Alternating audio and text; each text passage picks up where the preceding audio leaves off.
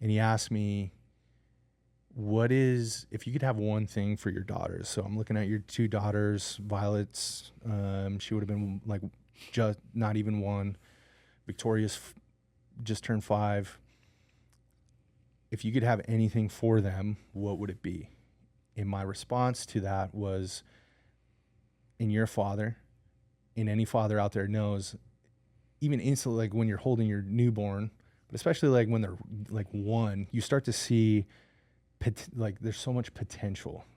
Like the potential is limitless of like what is possible, what they can accomplish. And so my response was that they live up to their potential. Like I just want them to live up to their potential.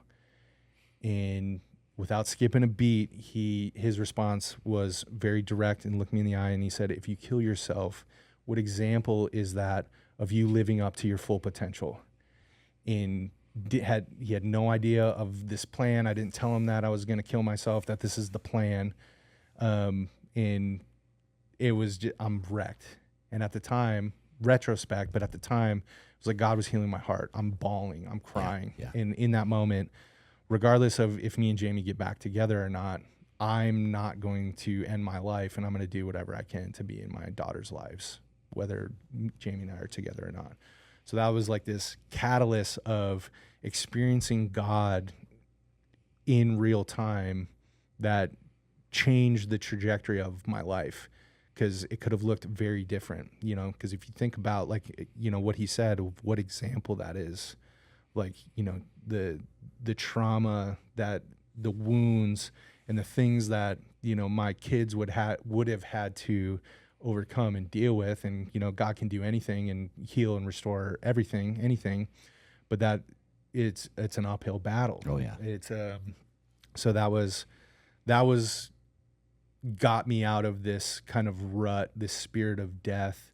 Still had kind of questions of like, you know, but it was very much like, okay, this is real, because he had no idea. God told him to come out, that it was a rescue mission, and God, you know, through the Holy Spirit spoke to him about this plan that I hadn't told anybody.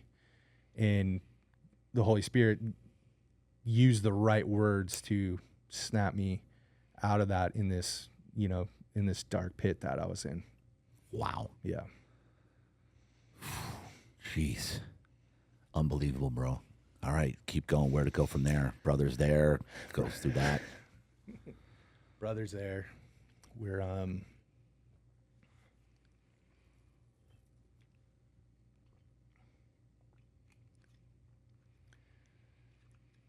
so Jamie, we're still separated. She leaves for Minnesota, and she actually moves in with my parents.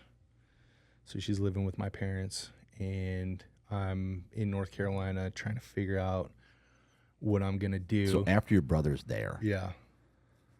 Did you reach out to Jamie? Did you, after you had that kind of like, whoa, mind-altering shift?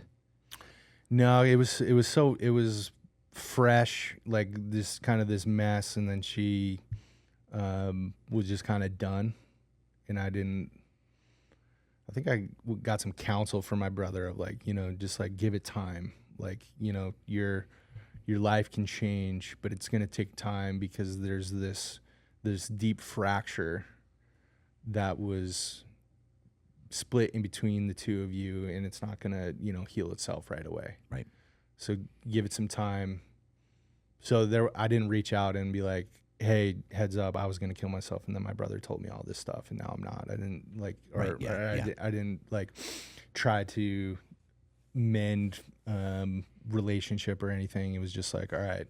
Kind of the thing was, so my brother's still at my house, and one of the things that he told me was, all right, so if she's living in Minnesota and your kids are in Minnesota, do you want to live in Minnesota? No, I don't want to live in Minnesota. Okay, if you're going to stay in North Carolina, what can you do that's going to allow you to make enough money to where you can be, if you're going to live separate, you got to be in their life. So you got to make some money. What are you going to do? It's like, I have no idea, dude. He's like, all right, well, there's opportunity in California. you got to do something. And he broke it down to me like this. This was like the first time where I realized like being an entrepreneur or like making money was like a reality or like something that people did. I just didn't have a lot of examples growing up. Like my dad, he started when he was younger, before kids were born, had like a mechanic shop, but then, you know, closed it down, and then was just like, hey, everyone talks about like get a good job, get good benefits, try to retire. That's kind of like the status quo. So that's what I grew up with. So he was like, if you want to make money, you either need to be an entrepreneur and have a company, or you need to be in sales. And I didn't have any business, product, thing, service that I was going to launch a company around. So, all right, I'm going to give a crack at sales. So I moved, my brother and his family, God bless them, and super grateful for making space for me, because it was not good timing for them. My sister-in-law, she was pregnant, expecting, I think, their fourth baby, and allowed me to come in and invade their space and give me a landing spot. So I'm from North Carolina. They said we've got an opportunity. Come to was it San Diego specifically, right? Yeah, they were living in Solana Beach.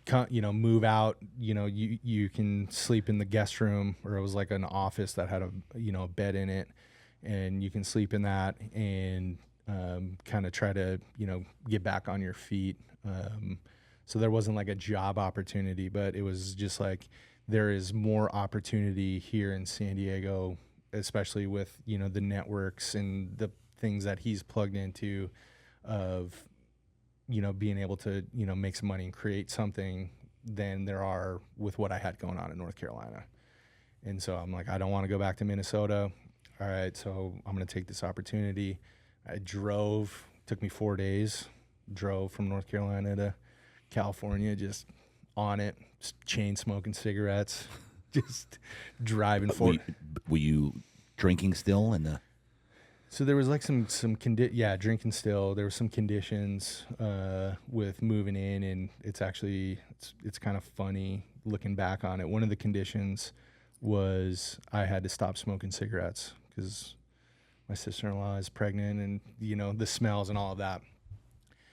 So in my mind, I took that as, all right, I'm not going to like smoke around the house or like at the end of the driveway. But then I would be out, in the car, going to interviews or looking for jobs, just ripping cigarettes. And she's coming in and like, no, like you can't smoke cigarettes. Like it reeks on you.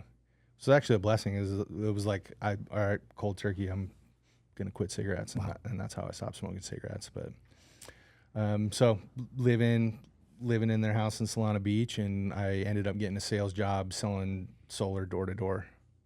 And that was like my intro to sales. I never thought of myself as a sales guy or a business guy, but just sales 101, door knocking. Oh yeah.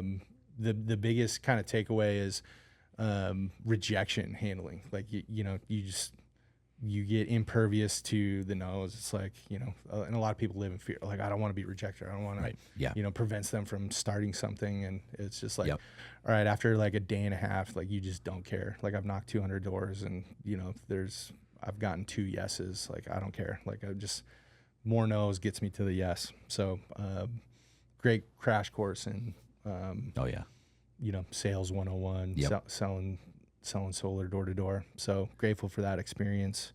I feel like I'm missing, or you had asked a question.